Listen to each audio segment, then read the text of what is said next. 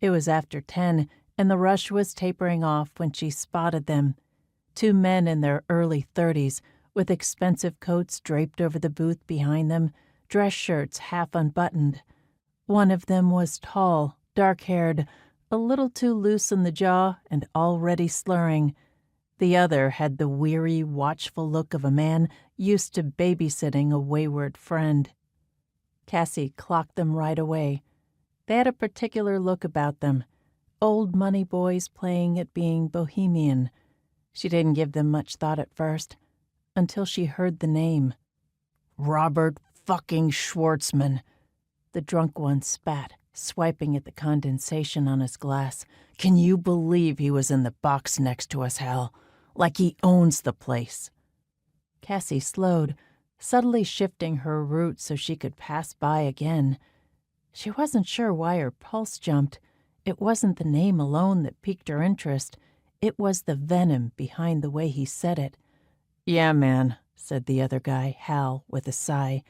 We saw him. So did everyone else. Try not to shout, Drew. Just let it go. The drunk one, Drew, leaned back, rubbing his face with both hands. God, I hate that guy. Cassie slid a martini onto the table beside them, pretending to glance at her order slip. I mean it, Drew continued. He ruined my fucking life.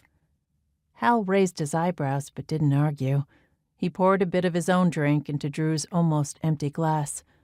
I thought you were past all that. Oh, I was, Drew said. I am. Until I see his smug face, and Jesus, it just comes flooding back. Cassie walked away slowly, but not far. She lingered by the service bar, pretending to check receipts while angling herself toward the booth. She knew how to eavesdrop without looking like she was eavesdropping. It was practically a prerequisite for survival in places like this. Drew was warming to his subject now. You know he stole Angelica from me, right? Like literally swooped in at the end of term party while I was planning to propose. I had the ring. Her parents adored me. She used to call me her soulmate.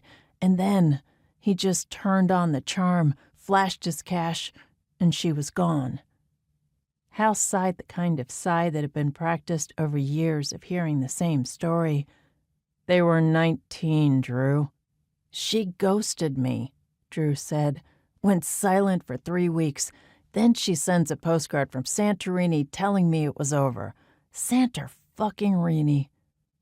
Cassie pressed her lips together to stifle a smirk. She didn't know who Angelica was, but if she had willingly gone from one guy to another that fast, chances were she'd been halfway gone already, and certainly not open to the proposal he'd planned. That sucked, Hal admitted, but it was a decade ago, and they weren't even together. You know that.